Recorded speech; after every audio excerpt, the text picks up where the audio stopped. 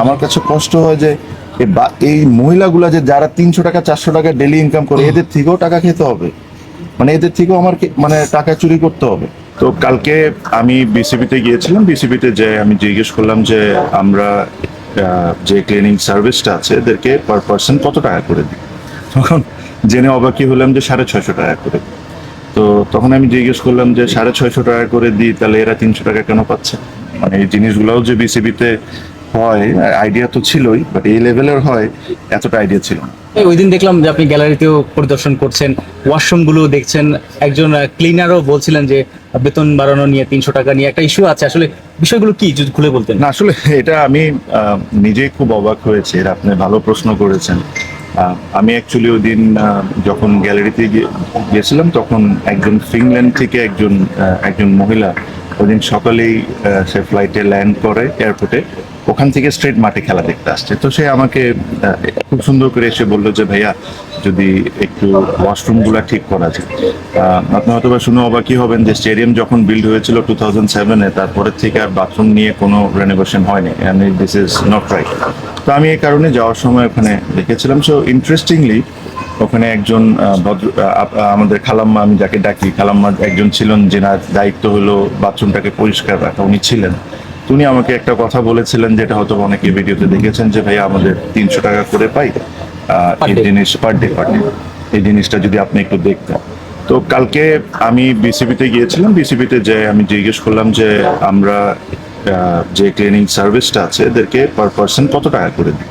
তখন জেনে অবাকই হলাম যে 650 টাকা করে দিই। তো তখন আমি জিজ্ঞেস করলাম যে 650 টাকা করে দিই, তাহলে এরা 300 টাকা কেন পাচ্ছে? আমি বললাম যে ক্লিনিং সার্ভিসটা টেন্ডারের মাধ্যমে অ্যাওয়ার্ডেড হয়েছে তাকে ডাকে। তো তাকে ডাকলাম, তাকে ডেকে আমি জিজ্ঞেস করলাম যে এটা রিজন কি। তো যে জিনিসগুলো শুনেছে এগুলো আসলে শকিং, খুবই শকিং। মানে এই জিনিসগুলোও যে বিসিবিতে হয় আইডিয়া তো ছিলই, বাট এই লেভেলের হয় এতটা আইডিয়া ছিল না।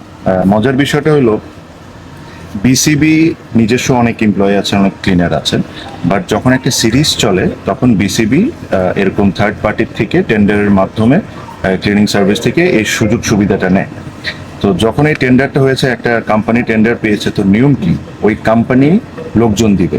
বাট এখন যা হচ্ছে হলো যে ওই টেন্ডার একটা কোম্পানি পাচ্ছে, বিসিবিরই লোকজন এই 30-40 জন ক্লিনার দিচ্ছে, ওই কোম্পানি টাকাটা বিসিবির থেকে নিয়ে বিসিবির লোকজনকে দিচ্ছে, ওই টাকাটা নিয়ে সে টাকাটা নিয়ে তার মতো করে ক্লিনারদেরকে দিচ্ছে, আর যার প্রফিটটা তা রেখে নিচ্ছে। তো তখন আমি ওই ক্লিনিং সার্ভিসকে বললাম, মানুষকে আমি বললাম যে ভাইয়া আপনাকে 650 টাকা করে দেওয়া হয়, আপনি তো এখানে ফ্রি সার্ভিস দিতে আসেন নাই, আপনি এখানে লাভ করবেন বা আপনার কিছু খরচ টরচ থাকবে।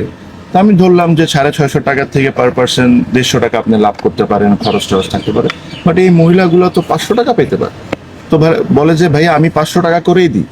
তো বলে আমি জিজ্ঞেস করছি কাকে দেন? তো বলে যে বিসিবির ওই উমুকরে দিই। উমুকরে দেওয়ার পর উনি আবার ওই ভদ্রলোকটা খালাম্মাদেরকে 300 টাকা করে দেন। মাঝখানে 200 টাকা কয় হাত পেরিয়ে যায় খালাম্মার হাতে? ওই যে একটা মানুষ বিসিবির একজন মধ্যস্বত্বভোগী। তাহলে কি ব্যাপারটা এমন হয়ে গেছে যে যারা ক্লিনিং করে তারা 300 পায়, আর যারা ক্লিনিং কাজই করে না তারা 350 টাকা না, নিয়ে নেয়? যারা না, আবার ওর লাভ আছে না ভাই। তো যে মাঝখানে যে ব্যক্তি কোনো কাজ না করে খালি লোকজনকে দিয়ে clean না করে যে 200 টাকা করে সে নিয়ে যাচ্ছে। তো তাকে আমি ডেকে কালকে বললাম যে আজকে থেকে আপনি যদি চান যে আমি এই টেন্ডারকে বা এই কন্ট্রাক্টকে অনার করি, তাহলে আপনারা আজকে থেকে লোক দিবেন, যেটা আপনাদের দেওয়ার কথা। আপনারা লোক দিয়ে আপনারা এই প্রত্যেকটা ক্লিনার যে খালাম্মা থাকতে পারে, এখানে অনেকেই পুরুষ মানুষও হইতে পারে, এদের নিজস্ব ব্যাংক অ্যাকাউন্ট হইতে হবে।